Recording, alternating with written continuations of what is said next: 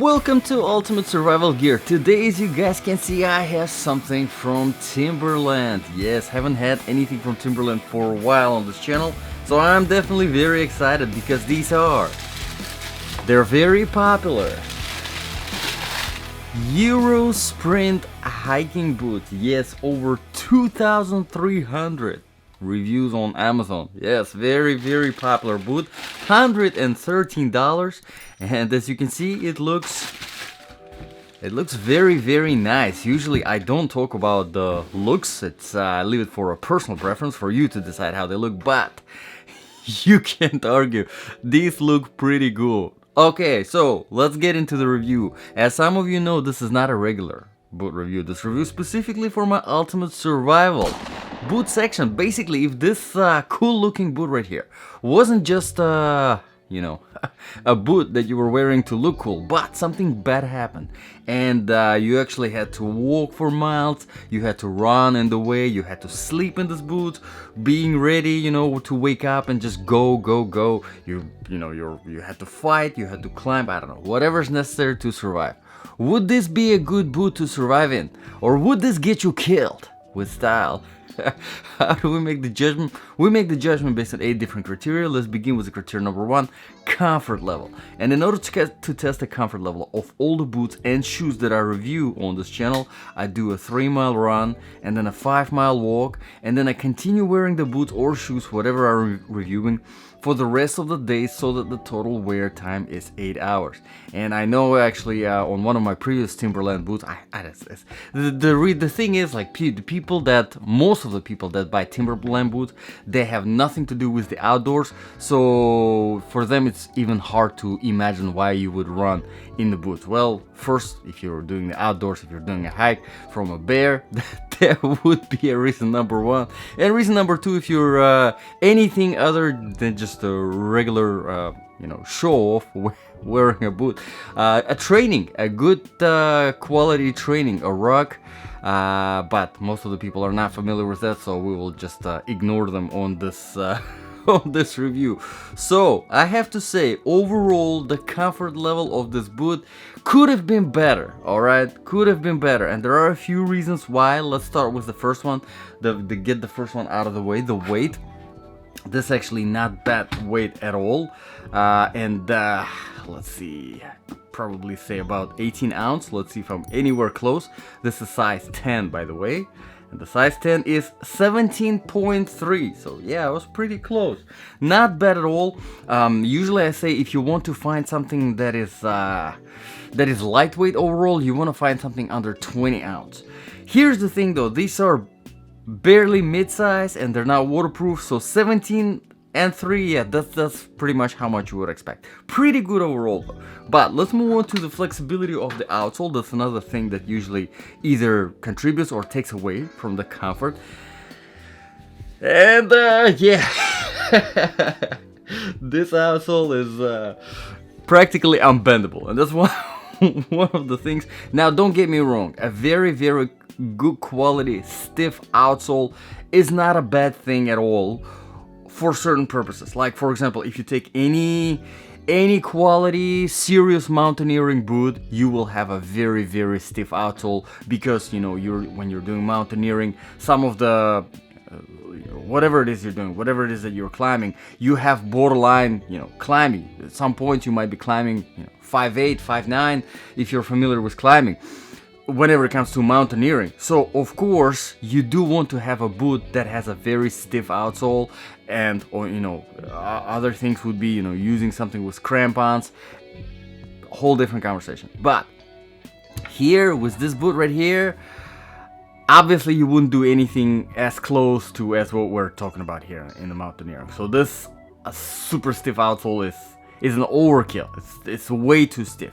Walking for extended periods of time is gonna be rough. Okay, so keep that in mind. But let's move on to the inner sole now. I'm gonna take it out and I'm gonna show it to you. Attempt to show it to you. So loosen this up a bit.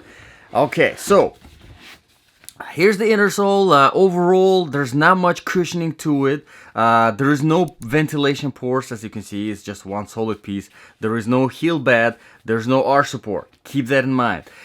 Not a lot of cushioning. Overall, it feels pretty cheap. Obviously, you can always replace it. Not a big deal. But let's move on further into the padding. Again, not much padding at all. Just a little line here at the very, very top. No padding in the heel. There is good padding in the tongue. But again, when you realize that you have no padding here in the heel area after some time walking or whatever it is that you're doing with a boot, you're gonna realize how uncomfortable they are. Okay, in the toe box there is no padding whatsoever, and once you remove the inner sole, it just goes straight into that wood or brick or concrete. I don't know what it is made of, but that is very, very, very hard layer. Okay, extremely hard. So on the comfort level, these boots could have been much better. I'm not sure what Timberland was thinking when they were releasing this boot, but let's be done with comfort and move on to the criteria number 2 now. Proofing and protection. Okay, so these are not waterproof. There is somebody saying on Amazon that they are.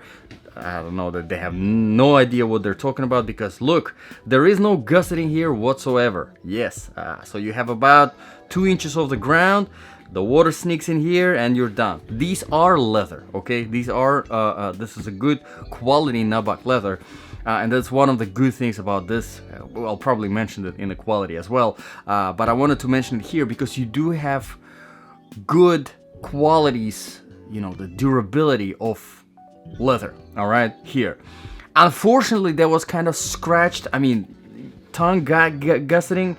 It's just, you know, it's a common sense. I have no idea what Timberland was thinking about here, because it doesn't take much to make a gusseted tongue. And then you adding, you know, 3-4 inches of maybe not even waterproofing, but at least water repellent. Here you don't even have that, because it's literally this low and you have a wide open for the water to get in. So that's a little bit disappointing. Now, protection wise, the toe box, there isn't really any reinforcement. I mean, you do have, you know, kind of a durability from leather, you get that, but still it's very, very soft throughout the whole boot. Because there is no padding here in the shaft, you don't really have much protection for the ankles. You don't really have any reinforcement, but because it is so hard in the heel area, I mean, it's still very, it's still not good enough. But from the outsole, you do have some protection from the outsole, but the outsole overall is pretty disappointing, which we'll talk about later. Okay, let's move on to the criteria number 3 now, quality and the design features. Quality wise, I mean, Timberland, everybody knows Timberland's a great brand. They do have some awesome boots, all right, don't get me wrong, but sometimes I think they have a department that concentrate more on like a bling of like golden hardware rather than the actual features. And that unfortunately does create kind of inconsistencies whenever it comes to, you know, different boot models. You get one and it's like amazing comfort, great, you know, waterproofing, overall protection, good stuff. And then you get something like this that looks good and is just completely impractical. I'm not sure again how Timberland approved this, but with that being said, let's talk about the design features. And design features here, usually I talk about the lacing system. Lacing system here, I do like the lace themselves. I mean, they're a little bit on kind of being a little borderline too thick, but I do like thicker and round textured lace. This is pretty decent. However, here's the problem with the lacing system. Because these are so thick and the hooks here, first of all, you don't have an open pair hooks at the top, which is normal for hiking boots, but okay, fine, you have 5 pairs of closed hooks, which are exactly the same. Because they're so thin, it is very hard for this strings lace to slide through them. So it takes some time to put them on, takes some time to put them off. Not a big deal, but something worth mentioning here. Okay, let's move on to the criteria number 4 now. Outsole traction and stability. So whenever I do my testing, I do it on a variety of different surfaces. I go through tarmac, just regular pavement, go through the dry sand, wet sand, dry grass, wet grass, rocky road, trail surface, concrete, marble tile, rubber, just a whole bunch of things. And this outsole is could have been better, okay? Overall, there's barely any aggression on it. I mean, the grooves could have been good, but because they are so kind of rounded off, as you can see, there's practically no point to them. I mean, these boots are very, very slippery on surfaces like wet grass. They are pretty slippery on flat, shiny surfaces like marble and tile. I mean, obviously, if you're just wearing them on nothing that is slippery, on just a regular, pavement, you will be completely fine. But then again, you would be completely fine with literally anything else that you're wearing. This is advertised as hiking boots, so you do, at least I do, have some expectations for it to be useful outdoors. This outsole is not very useful outdoors. And let's move on to the criteria number 5, which is the temperature. Now, this is this is not an insulated boot. This is not a winter boot, so keep that in mind. You're not going to get away in the winter temperatures. Not only winter temperatures, but if there is any precipitation, obviously, because not even close to being waterproof, you definitely don't want this boot in the winter. Other 3 seasons, you will be just fine. It's no big deal. Again, because these are not waterproof, overall it kind of throws it off, because with a leather boot, they will take time to dry up. It's not going to be as fast of the drying process as, for example, something synthetic, some regular fabric, whatever. But yeah, it's disappointing. Let's just say the least. Let's move on to the criteria number 6, sizing. These do run a little bit on the bigger size. Usually I get size 10, and I have a little bit of extra space. Here I have like two sizes. I had the extra space, so I had to actually get a different size for my testing purposes. But that's why I like the Amazon. You get it. It's too big, it's too small, you send it back. If you're Prime, it's free returns.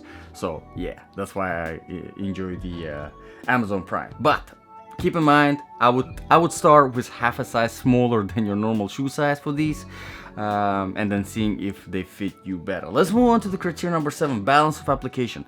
So if this really was your ultimate survival boot, would this be good? No, it would not be good. The only thing that this boot would be good is looking fancy, because they do look really nice. I have to say, they do look very nice. Unfortunately, they're not comfortable. The fitment it's really strange. Of all the boots that are reviewed on this channel, it's just very, very awkward fitment. If you're wearing them for on and off, during the day, here and there, you probably might not even notice.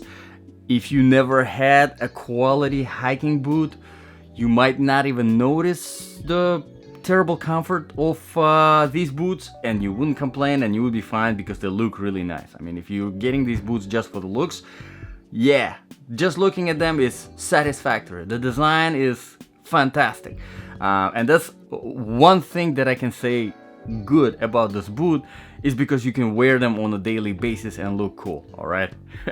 Unfortunately, as really anything else, as a boot in general, this is a failure. So yeah, let's move on to the criteria number 8, the price, $113.